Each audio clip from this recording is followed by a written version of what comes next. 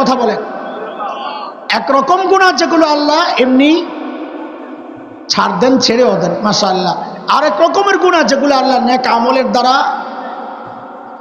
3 number গুনাহ যেগুলো আল্লাহ তাআলা ছাড় দেন কিন্তু ছেড়ে দেন না। ওই যেই পড়া আপনারা মুখস্থ করছেন, ছাড় দেন কিন্তু।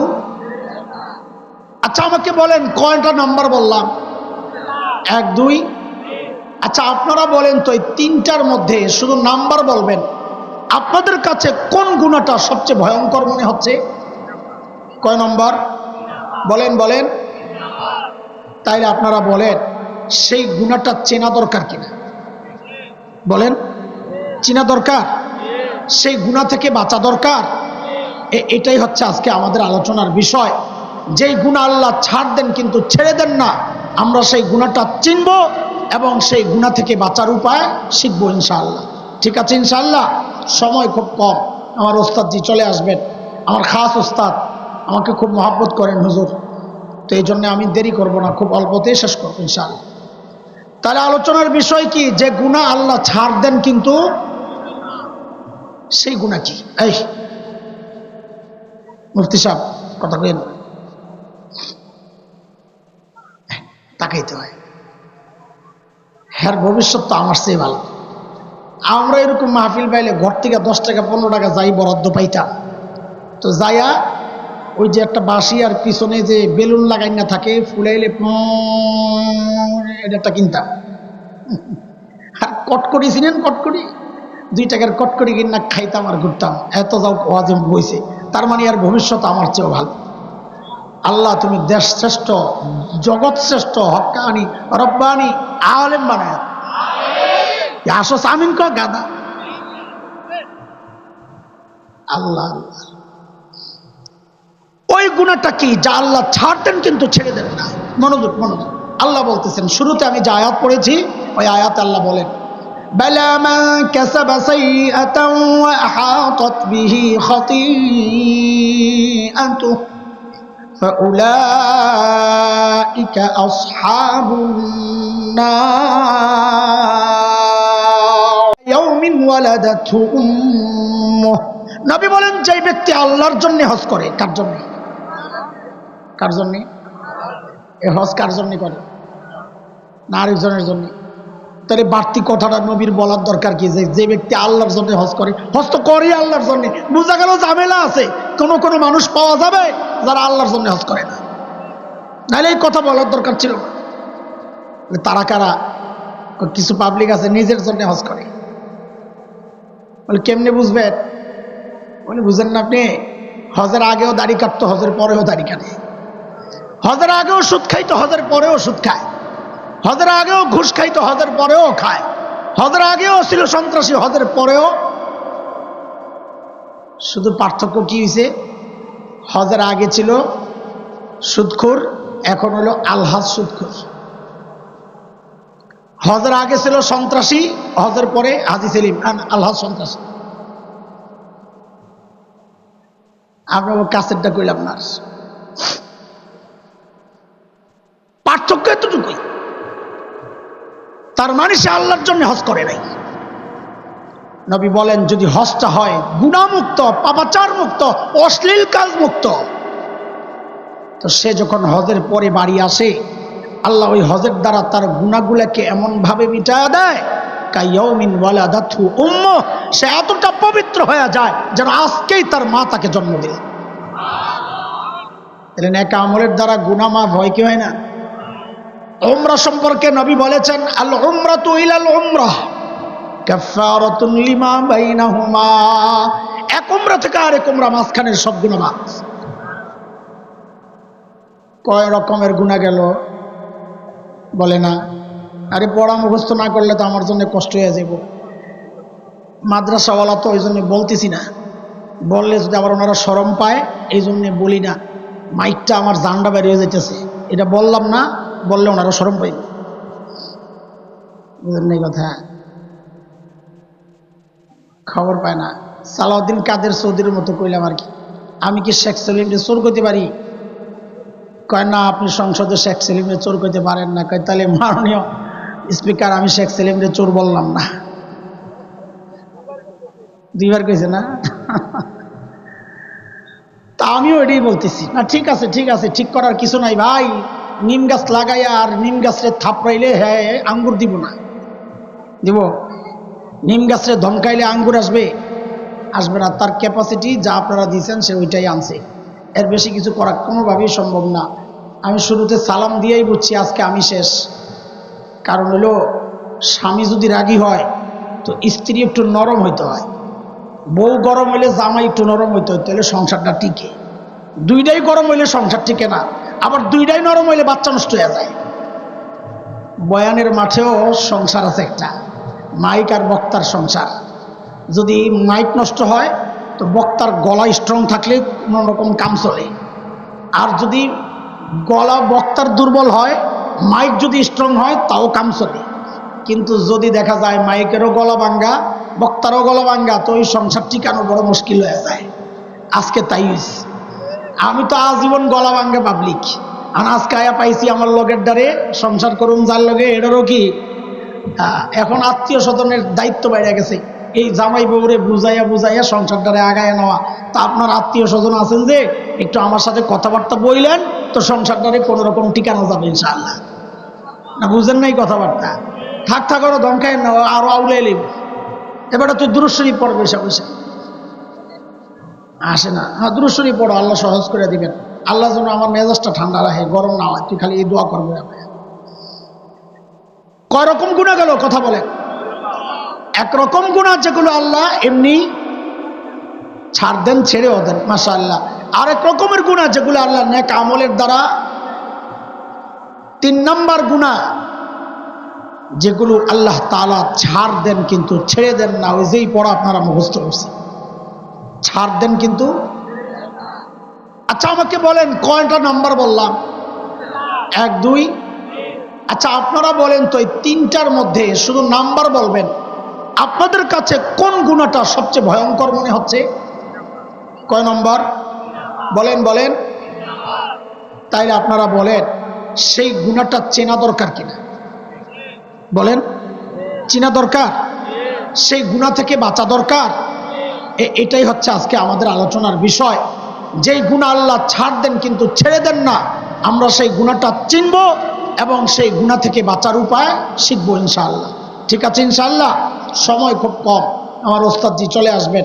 আমার খাস ওস্তাদ, আমাকে খুব মহব্বত করেন হুজুর, তো এই জন্য আমি দেরি করব না, খুব অল্পতেই শেষ করবো ইনশাআল্লাহ। তাহলে আলোচনার বিষয় কি? যে গুনাহ আল্লাহ ছাড় দেন কিন্তু সেই গুনাহ কি? এই মুফতি সাহেব কথা কেন তাকাইতে হয়? হ্যাঁ ভবিষ্যৎ তো আমার চেয়ে ভালো।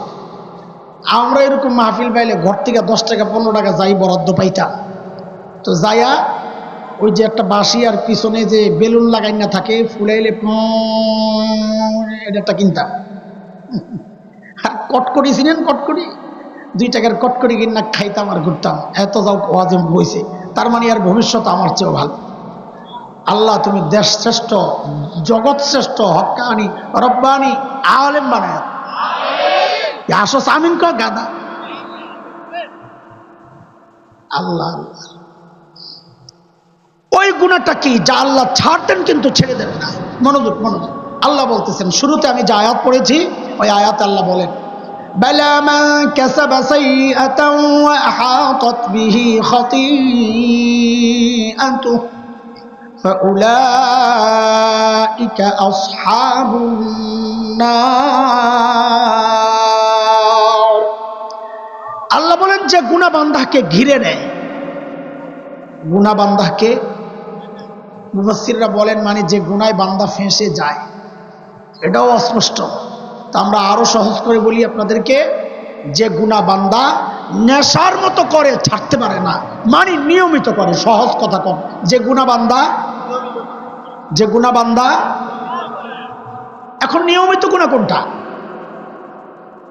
আমার একটা হইতে পারে, সেটা আপনার নাও হইতে পারে, আপনার আরেকটা হইতে পারে, ওর আরেকটা হইতে পারে, তার আরেকটা হইতে পারে।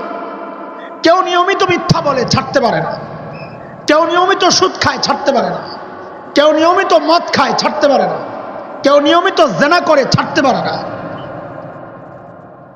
সবার যে একটাই হবে তা জরুরি না, কিন্তু আমরা এই সমাজের মানুষ, এই সমাজ নিয়ে আমাদের বসবাস, সমাজ নিয়ে ভাবি, সেই জায়গা থেকে একটা গুনাহ এমন আমাদের চোখের সামনে আসছে, মোট 4টা গুনাহ, তার মধ্যে একটা গুনাহ যে গুনার মধ্যে এই সমাজের প্রায় সব শ্রেণীর মানুষ জড়িত, বুড়াও জড়িত, জুয়ানও জড়িত, নারীও জড়িত, পুরুষও জড়িত, আমার মতো এরকম লিবাসওয়ালা মাওলানা কেউ কেউ জড়িত, আবার সাধারণ মানুষও জড়িত, কোনো পীর জড়িত, কোনো মুরিদ জড়িত, কোনো ইমাম জড়িত, কোনো মুসল্লিও জড়িত, হায় প্রায় সব মানুষ জড়িত, এমনকি ছোট্ট ছোট্ট বাচ্চারাও জড়িত। সেই গুনাহটার নাম হচ্ছে টাচ মোবাইলের গুনাহ। পারলে অস্বীকার করেন, পারলে অস্বীকার করেন। প্রায় সবাই এই গুনার মধ্যে আমরা জড়াইয়া গেছি, সব শ্রেণী। আমি আর ব্যাখ্যায় আগাচ্ছি না, কারণ কথা আগানো যাবে না। এমন আরো 2টা গুনাহ আছে যে গুনার মধ্যে এই সমাজের অধিকাংশ পুরুষ জড়িত, আর একটা গুনাহ এমন আছে যে গুনার মধ্যে এই সমাজের অধিকাংশ পর্দানশীল নারী জড়িত। মোট কয়টা হলো গুনাহ? টাচ মোবাইলের গুনাহ, পুরুষের 2 গুনাহ, নারীর 1 গুনাহ, মোট কয়টা? অধিকাংশ পুরুষ এই সমাজের যে গুনাহটায় জড়িত, এই মজলিস দেখলে বোঝা যাবে না। হাটে ঘাটে মাঠে যান, দেখবেন এই সমাজের অধিকাংশ পুরুষ দাড়ি কাটার গুনায় জড়িত। 2 নম্বর, এই সমাজের অধিকাংশ পুরুষ টাকুর নিচে কাপড় পরার গুনায় জড়িত। ঠিক যে আস্তে আস্তে কোন, তার মানে সন্দেহ আছে নাকি? তো একটু জোরে না করলে তো আমি ভরসা পাইতেছি না। এই 3টা গুনাহ। আরেকটা গুনাহ, যে গুনার মধ্যে এই সমাজের অধিকাংশ পর্দানশীল নারী, বেপর্দায় যারা চলে তাদের কথা বলছি না, পর্দানশীল নারী জড়িত।